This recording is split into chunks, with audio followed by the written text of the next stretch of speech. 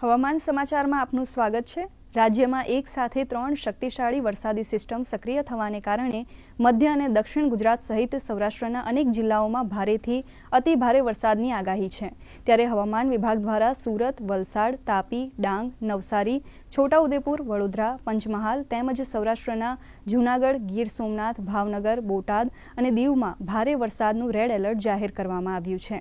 તો રાજ્યના 15થી વધુ જિલ્લાઓમાં મુશળધાર વરસાદનું ઓરેન્જ અને યલો એલર્ટ આપવામાં આવ્યું છે।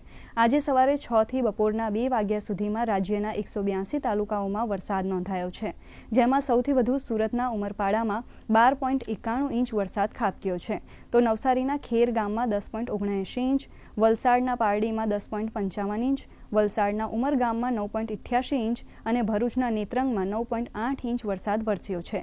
તો બીજી તરફ હવામાન વિભાગે આજે મહારાષ્ટ્રના કેટલાક ભાગોમાં અતિભારે વરસાદ માટે રેડ એલર્ટ જારી કર્યું છે।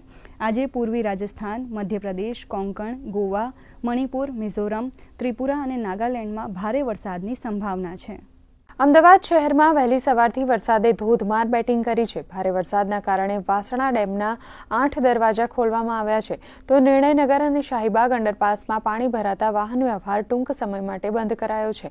એએમસીની ટીમ દ્વારા ત્વરિત કાર્યવાહી કરી પાણીનો નિકાલ અને સાફ સફાઈ પૂર્ણ કરાતા વાહન વ્યવહાર પૂર્વવત શરૂ કરાયો હતો।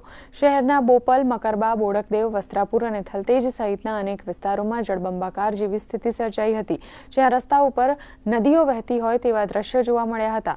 બોડકદેવમાં 4.5 ઇંચ, સાયન્સ સિટી અને મેમનગરમાં 4 ઇંચ તેમજ અન્ય વિસ્તારોમાં 3 થી 3.5 ઇંચ વરસાદ નોંધાયો છે।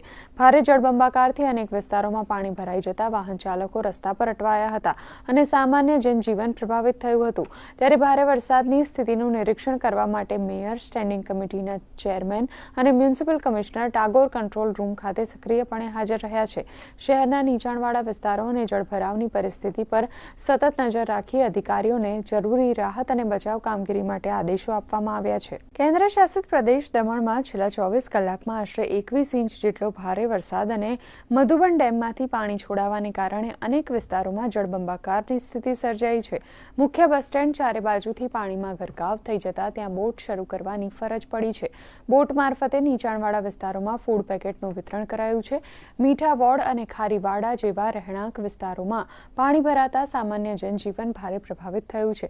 પ્રશાસન દ્વારા રાહત અને બચાવ કામગીરી માટે ટીમો તૈનાત કરવામાં આવી છે અને લોકોને સાવચેત રહેવા તેમજ બિનજરૂરી ઘરની બહાર ન નીકળવા અપીલ કરાઈ છે।